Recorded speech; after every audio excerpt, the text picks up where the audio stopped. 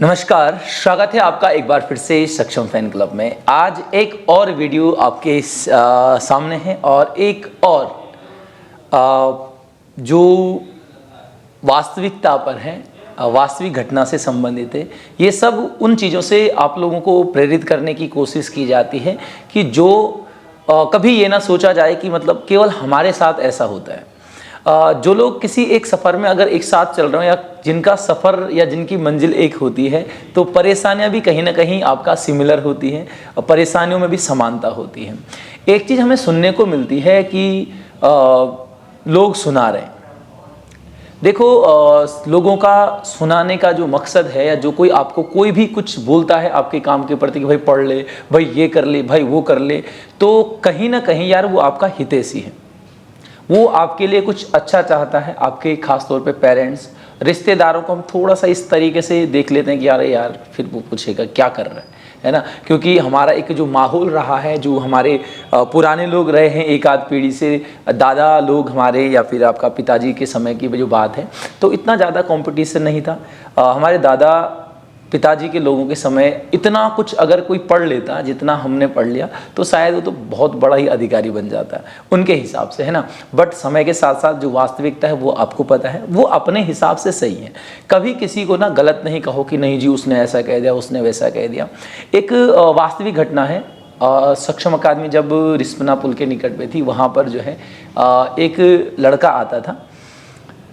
तो ऐसे ही दो क्लासमेट थे, क्लास में बैठे थे, मॉर्निंग का कोई बैच चल रहा था प्रैक्टिस सेट का। तो ऐसे ही जो क्रॉस चेकिंग होती ओएमआर की, अगले दिन, पहले दिन टेस्ट सीरीज़ का टेस्ट था, अगले दिन सॉल्यूशन के लिए बैठे थे। तो सॉल्यूशन के बाद ओएमआर चेक की जाती एक दूसरे के द्वारा। और ऐसे ही किसी जो है लड़के ने एक को ओएमआर दी और कहा भाई, उसके नंबर कुछ कमी थे, ऐसे ही 30, 35, 40, कहा भाई पढ़ लिया कर कुछ। अरे भाई पढ़ लिख लिया कर की। अब देखो, पढ़ लिख लिया कर बोलने से या सोचो कि यार दो चीज़ें हो सकती थी।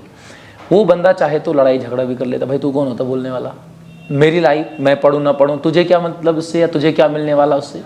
लेकिन नहीं, उस बंदे ने दूसरे वे में सोचा, उस चीज़ को सकारात्मक लिया और उसने ज़्यादा कुछ नहीं किया।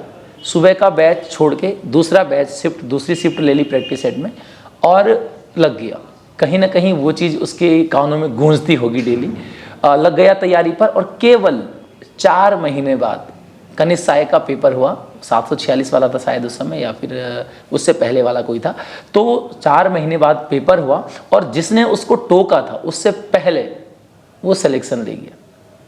तो कहने का मतलब ये है कि सामने वाला अपने विचार बोलेगा भाई, कोई अच्छा बोलेगा, कोई बुरा कहेगा, लेकिन आपको अपनी परिस्थितियां पता है, आपको उन पे काम करना है और किस वे में आप काम कर। देखो फिर से वही चीज़ें, दो तरीके हमेशा, हर पहलू, हर सिक्के के, हर चीज़ के, हर बात के दो पहलू निकल कर आते हैं, एक सकारात्मक एक नकारात्मक। आप किस वे में किस चीज़ को ले रहे हो वो मायने रखता है, ठीक है। तो भाई जिस सफ़र में आप कूद पड़े हो, ग्रुप सी की तैयारी या जो भी वनडे एग्ज़ाम वगैरह की तैयारी है, यहाँ पर आपको पेशेंस रखना होगा, सुननी पड़ेगी सबकी। वो हर किसी के साथ है कि भाई आधा से ज़्यादा जो लड़के हैं वो गांव भी इसलिए नहीं जाते हैं बल्कि गांव में पूछा जाता है कि भाई क्या कर रहे हो।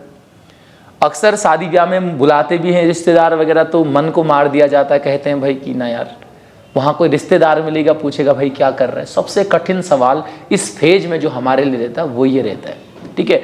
तो उस चीज़ को सकारात्मक वे में लीजिए और निरंतर मेहनत कर रही है। निश्चित तौर पर ही निकट समय में आपकी सफलता आपको प्राप्त होगी। लगे रहें, मेहनत करते रहें। शुभकामनाएं सभी को। इस वीडियो में इतना ही, मिलेंगे फिर किसी वीडियो में। धन्यवाद।